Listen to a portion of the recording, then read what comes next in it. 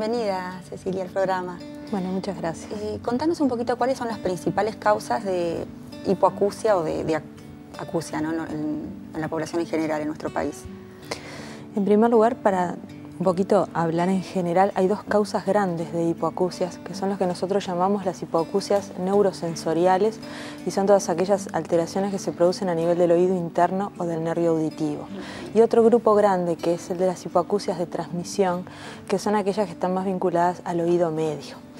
¿Por qué hago un poquito esta diferencia? Porque si uno piensa en grupos etarios, lo primero podríamos hablar del recién nacido o del bebé, y ahí todo el grupo de las hipoacusias congénitas. Y en ese grupo es donde predominan las hipoacusias sensorioneurales o neurosensoriales. Tenemos en este grupo etario, o sea, cuando nacen en niños, estudios de screening, ¿verdad?, que están hoy en día, son obligatorios para despistar esta enfermedad.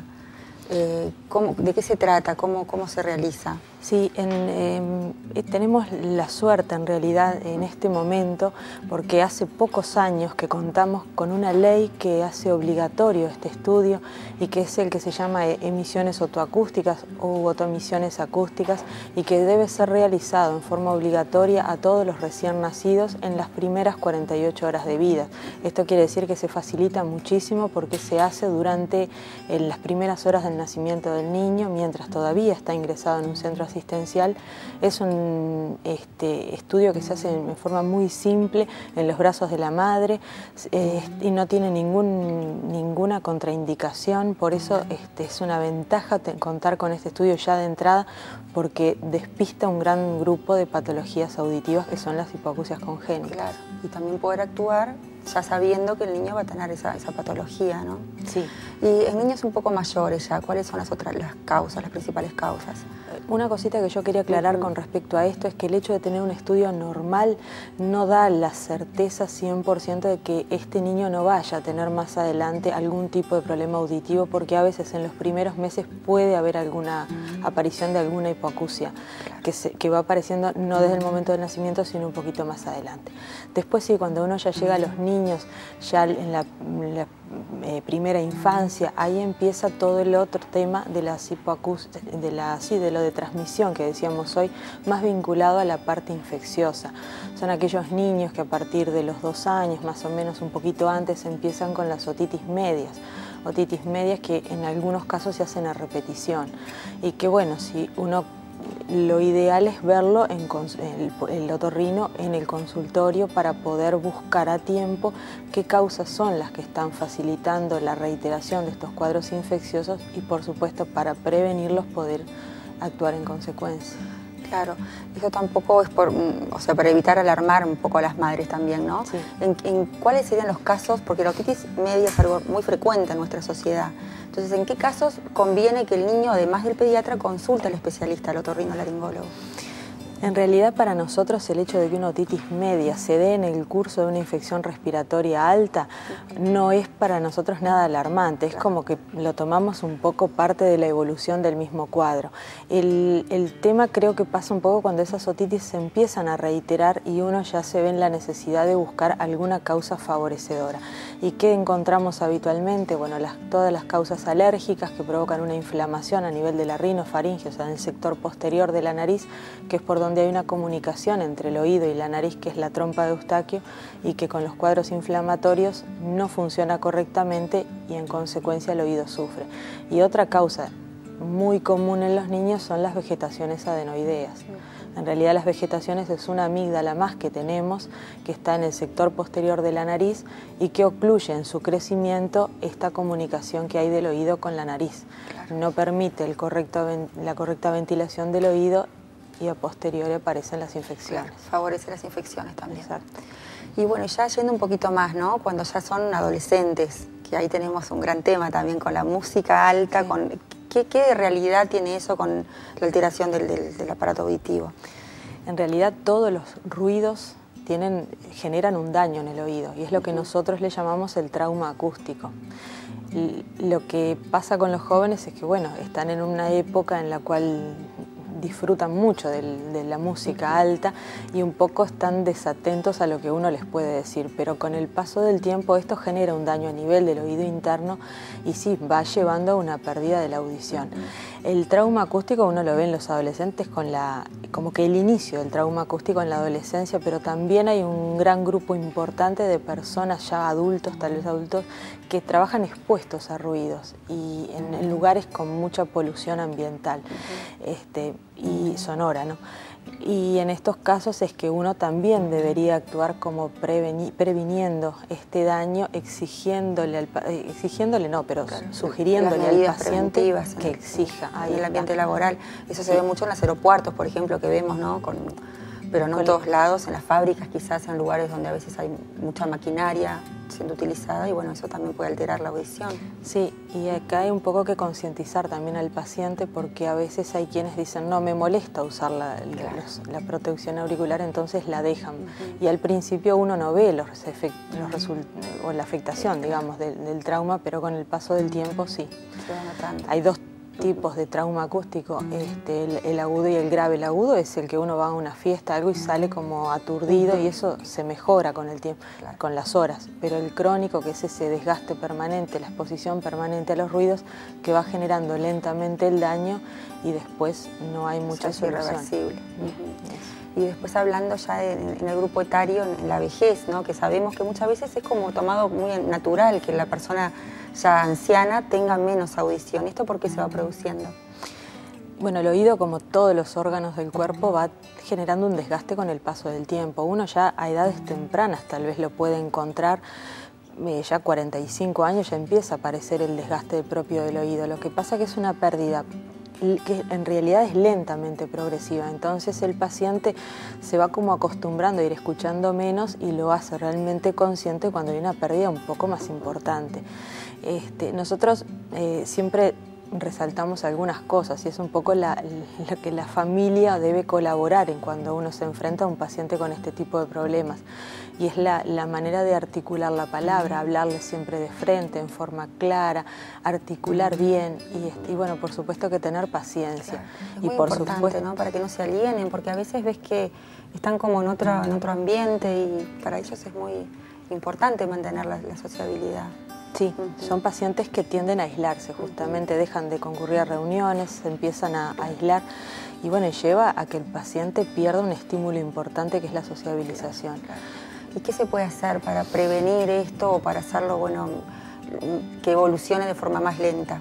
En realidad, como prevenir el desgaste propio del oído no hay muchas posibilidades. Lo que sí tenemos al alcance de la mano es la colocación de la audioprótesis, los audífonos. Y en esto siempre es importante el explicarle bien al paciente, porque a veces el paciente dice, no, yo todavía escucho, no preciso audífonos. Cuando deje de escuchar me lo pongo.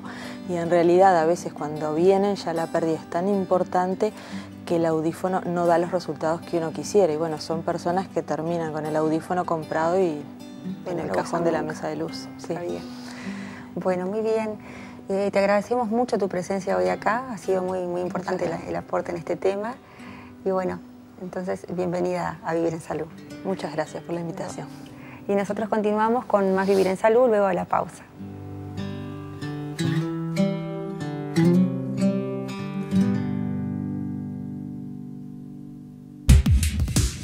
Hantavirus. El agente causal de la enfermedad es un virus bautizado hanta, transmitido al hombre por roedores que no muestran signos de enfermedad. Dichos roedores son el único depósito natural conocido. El hantavirus causa la fiebre hemorrágica con síndrome renal y el síndrome pulmonar. Ambos tienen altas tasas de morbimortalidad. La mayor parte de las infecciones se produce en espacios cerrados por la inhalación de secreciones y excreciones de los ratones. Las posibilidades de exposición son mayores cuando las personas viven o desarrollan actividades en lugares cerrados poco ventilados donde hay roedores. Los sordos viven en un mundo que les es muy difícil comprender, pues los sonidos son una parte fundamental. Es así que ningún servicio público en Uruguay cuenta con traductores para personas sordas, salvo en el Poder Judicial, donde se dispone de un intérprete en caso de ser necesario. Hay poca información sobre las personas sordas y eso lleva a que, bueno, en muchos casos no se los tomen en cuenta. Y bueno, eso es algo que de a poco la Asociación de Padres está luchando mucho, algunas instituciones también. Nosotros hemos hecho algún trabajo con Procladis, que es justamente el ente capacitador para personas con discapacidad. Y hemos hecho alguna inserción en algunos supermercados o algunas empresas que han querido insertar personas sordas y con otras discapacidades. Eso es un camino que va muy lento. Y en materia de educación también les es muy difícil, porque los lugares a donde pueden asistir son pocos. Ellos leen y escriben en una forma distinta a los que oímos. Y bueno, el equipo acá en Senda está conformado por un área fonoaudiológica, con una fonoaudióloga especializada, un área pedagógica y un área psicológica. Bueno, mi nombre es Juan Mendoza y mi seña es Juan. ¿Cuántos años tenés? Tengo 20 años y 20 años y nací como de 80, después a los 2 años y tuve una enfermedad de meningitis, que significa como menos la audición. Creo que es el niño también y el adolescente que finalmente decide también, ¿no?, qué camino tomar, si comunicarse, si hacer énfasis en esto de lengua de señas, en la oralidad, y creo que está bueno que sea el niño también quien elija su forma más cómoda, más eficaz. Y bueno, acá vengo a Senda para tener la experiencia, para tener más vocabulario, como estuve como la escuela de docente toda la vida y tal. Yo me sentía muy cómodo, pero era distinto de la comunicación, que a veces me entiende, a veces no me entiende. Aprendí lengua de señas para poder comunicar con los amigos solamente. Senda es como un apoyo de enseñanza, de lenguaje, matemática, todo esto, y también trabajando en un grupo de sordos. Es como compartir de sentimientos de nosotros, ¿viste? Como cuál es la comunicación de la familia o cómo distintas integraciones, como el tema de los sentimientos de los grupos.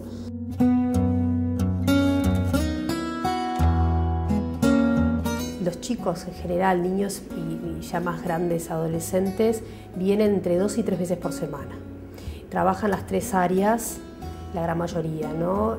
Una hora con la fonoaudióloga, una hora de la parte pedagógica y una hora de la parte psicológica. Lo que sí nosotros incluimos en nuestro centro, que para nosotros fue algo súper positivo, fue la inserción de un docente sordo. En este caso es Micaela, que es una instructora de lengua de señas, donde trabaja con ellos también. Y fue algo muy importante porque, bueno, es una sorda ya grande, donde ellos también tienen la imagen, bueno, se pueden sentir que están trabajando con una persona, si se identifican con ella. Y para nosotros fue muy importante que ella integrara a nuestro equipo también.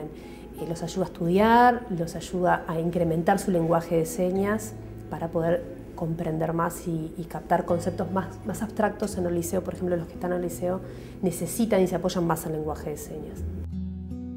¿Cómo te llamas? Florencia Roth. ¿Cuántos años tenés? 17 años. ¿Sabés leer los labios? Sí, desde chiquita aprendí a leer los labios y a leer los libros. ¿Hace mucho que venís acá? ¿Cómo? Cuando tenía 9 años hasta ahora.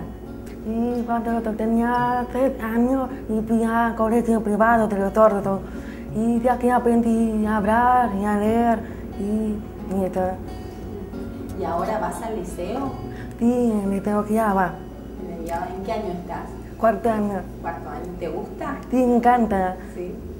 ¿El año que viene qué querés hacer? ¿Científico? Y ayudarme, estoy todavía amplio, capaz de elegir el científico. ¿Te gustan más los números? Sí.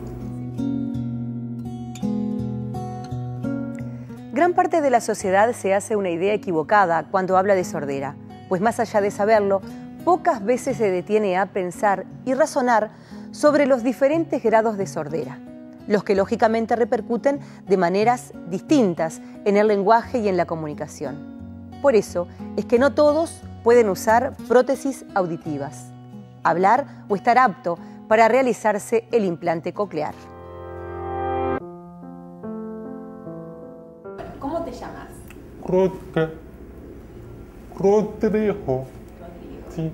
¿Cuántos años tenés, Rodrigo? 20. No te veo audífono. ¿No usás? Pero ahora uso unas. ¿Te molesta? Porque me hace sentir en cómodo. Pero no me importa. No sé. Decime, ¿tú estás estudiando? En la nación para la facultad sobre en la nación trata estoy en el segundo año. ¿Te gusta? Sí. ¿Sí? ¿Cuántos años te faltan para terminar? Dos. Me contaron que estás trabajando, ¿trabajás de modelo? Modelo, ¿cómo sabes? ¿Cómo sabes? Sí, soy un modelo, sí. ¿Te llaman mucho? Hace fotos y siempre publicidad. ¿Dónde? Tiene que En mirar. Shopping, en todos los helados.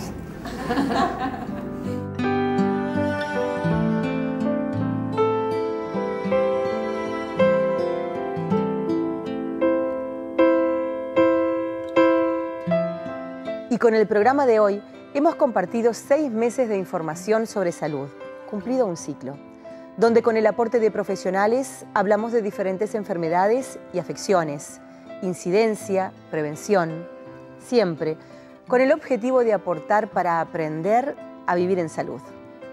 Por eso, en nombre de todos quienes hacemos este programa, quiero agradecerles por haber estado acompañándonos durante este ciclo. El reencuentro será entonces hasta cualquier otro momento. No olviden vivir en salud. Yo también lo tendré presente. Buenos días.